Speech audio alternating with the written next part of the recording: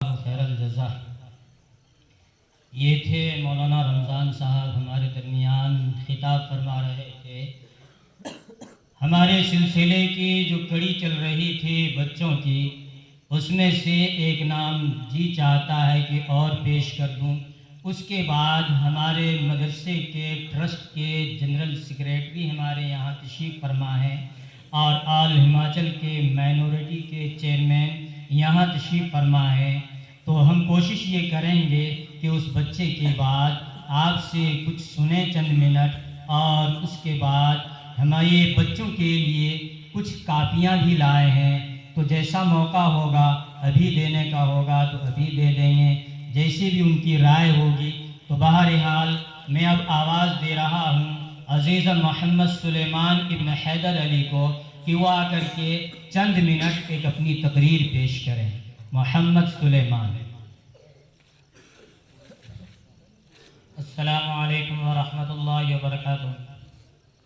الحمد للہ رب العالمین، والصلاة والسلام سید الانبیاء والمرسلین محمد وآلہ واصحابہ رضوان اللہ تعالی علیہم اجمعین، اما بعد فاعوذ باللہ من الشیطان الرجیم، بسم اللہ الرحمن الرحیم، انا نحن نزلنا الذکر وانا له لحافظون، وقال رسول اللہ صلی اللہ علیہ وسلم خیرکم من تعلم القرآن وعلمہ، او کما قال علیہ السلام۔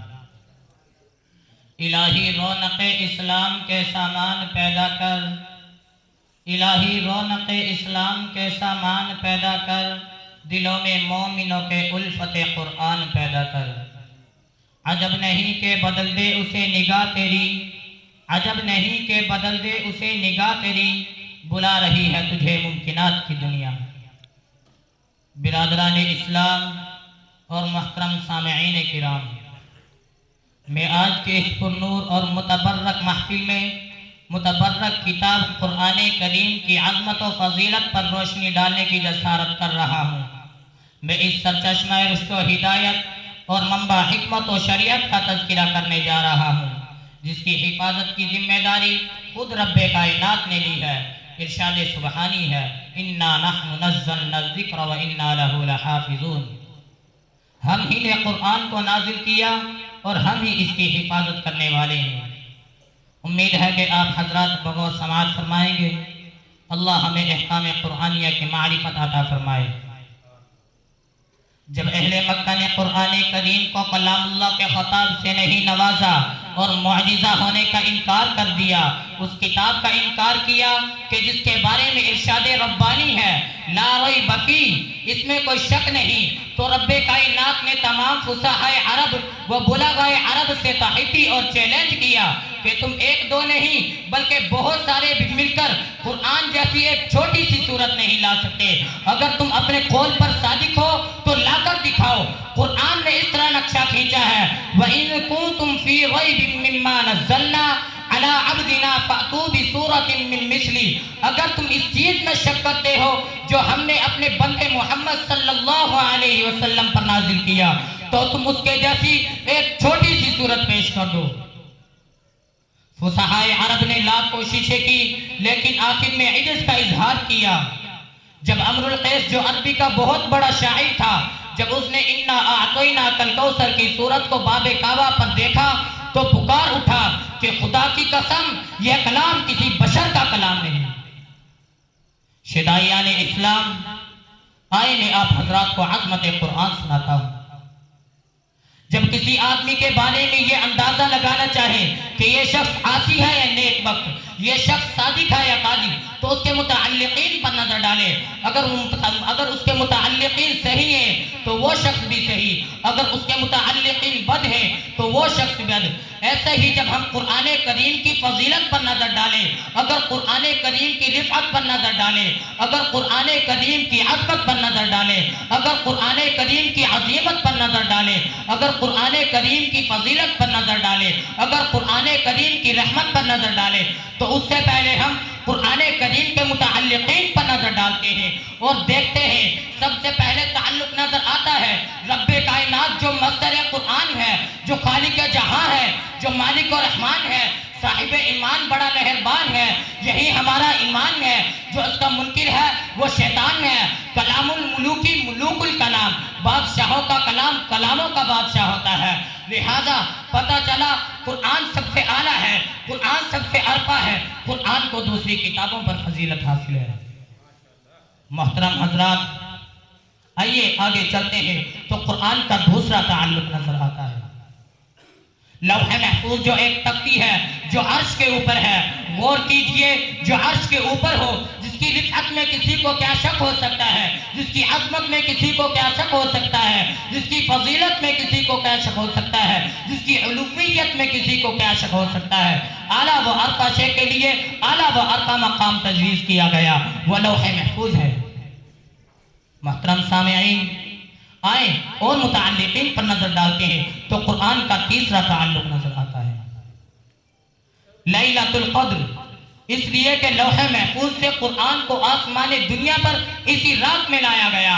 یہاں پر نہ جبرائیل واسطہ ہے، یہاں پر نہ میکائیل واسطہ ہے، یہاں پر نہ اسرائیل واسطہ ہے، یہاں پر نہ اسرافیل واسطہ ہے۔ ایسی رات کا انتخاب کیا کہ جس کے بارے میں خود قرآن کریم کہتا ہے لیلۃ القدر خیر من الف شہر، یہ رات 1000 مہینوں سے بہتر ہے۔ لہذا معلوم ہوا قرآن کو زمانے کے اعتبار سے بھی فضیلت حاصل ہے۔ یہ رات رمضان میں آتی ہے، مہینہ بھی مبارک اور رات بھی مبارک۔ عزیزان ملت، اور آگے چلیں تو قرآن کا چوتھا تعلق نظر آتا ہے۔ حضرت جبرائیل جو سید الملائکہ ہے، جس کو تمام فرشتوں پر فوقیت حاصل ہے، جس کے بارے میں قرآن نے رسول کریم کا خطاب دیا، قوت والا عرش کے مالک کے پاس درجہ پانے والا کہا، جس کے بارے میں قرآن نے کہا ذی قوت عند ذی العرش مکین، سب کا معنی ہوا وہاں کا معتبر کہا۔ اس فرشتہ کی فضیلت میں کوئی شک کر سکتا ہے کہ جس کو قرآن نے عزت والا قرار دیا، جس کو قرآن نے قوت والا قرار دیا، جس کو قرآن نے خدا کے پاس درجہ پانے والا قرار دیا، جس کو قرآن نے پیکر امانت قرار دیا، قرآن کا یہ تعلق بھی عظیم و ارقا ہے جس سے قرآن کی عظمت و فضیلت و رفعت روز روشن کی طرح آیا ہے۔ حضرات گرامی، قرآن کا پانچواں تعلق ہے مکہ مدینہ۔ یہ زمین کا وہ حصہ ہے جہاں سے زمین کی ابتدا ہوئی، جو زمین تمام زمینوں سے زیادہ فضیلت رکھتی ہے، جس جگہ پر جنگ و جدال کرنا حرام ہے، یہ جگہ دار الامن ہے۔ اور قرآن کا چھٹا تعلق ہے قلب ماہ رسالت صلی اللہ علیہ وسلم، وہ قلب آب زمزم سے جس کو 4 مرتبہ دھویا گیا، زمزم سے جس کو بچپن میں دھویا گیا، زمزم سے جس کو 30 سال کی عمر میں دھویا گیا، زمزم سے جس کو معراج کے وقت دھویا گیا، زمزم سے جس کو غار حرا میں دھویا گیا۔ سبحان اللہ، سبحان اللہ، قرآن کا ایک ایک تعلق باعزت و باعظمت ہے۔ اس سے قرآن کی عظمت، فوقیت، فضیلت، عزت، رحمت اظہر من الشمس ہوتی ہے۔ قرآن کا ایک تعلق امت محمدیہ سے ہے جس سے امت خیر کہا گیا۔ قرآن میں کوئی ایسا تعلق نہیں کہ جس میں تھوڑی سی بھی قدورت ہو۔ عزیزان ملت، قرآن ایک دستور حیات ہے، قرآن ایک جامع قانون ہے، قرآن تمام علوم کا گلدستہ ہے، قرآن ایک ایسا مکمل نظام ہے جس میں زندگی کا ہر پہلو بیان کیا گیا۔ قرآن ایک ایسا کیمیائی نسخہ ہے جس سے دنیا و آخرت کی شان و شوکت حاصل کی جا سکتی ہے۔ لیکن افسوس کے ساتھ کہنا پڑتا ہے کہ آج کا مسلمان قرآن کی عظمت سے ناواقف، قرآن کی رحمت سے ناواقف، قرآن کی برکت سے ناواقف، قرآن کی فضیلت سے ناواقف، قرآن کی عظمت سے ناواقف، قرآن کی اہمیت سے ناواقف۔ جب محسن انسانیت صلی اللہ علیہ وسلم نے قرآن کریم کو عوام الناس کے سامنے سنایا تو باطل کے سیلے روا کو توحید و ایمان کی دولت بخشی، نفرت و عداوت رکھنے والوں کو اخوت و شرافت کا سبق سکھلایا۔ پتھر کا کلیجہ رکھنے والے عمر نے جب قرآن کریم کو پڑھا اور سنا تو دست رسول صلی اللہ علیہ وسلم پر ایمان قبول کیا۔ عمر قاتل ہونے جا رہے تھے لیکن قائل ہو کر واپس ہوئے۔ برادران مکرم، تاریخ کے اوراق شاہد ہے کہ داستان عرب اختلافات، تنازعات، نفرت و عداوت، جہالت و گمراہی کے دلدل میں پھنسی ہوئی تھی، لیکن جب انہوں نے قرآن کریم کو اپنا دستور زندگی بنا لیا تو اختلافات کی جگہ اتحاد و اتفاق آ گیا، تنازعات کی جگہ اخوت و محبت آ گئی،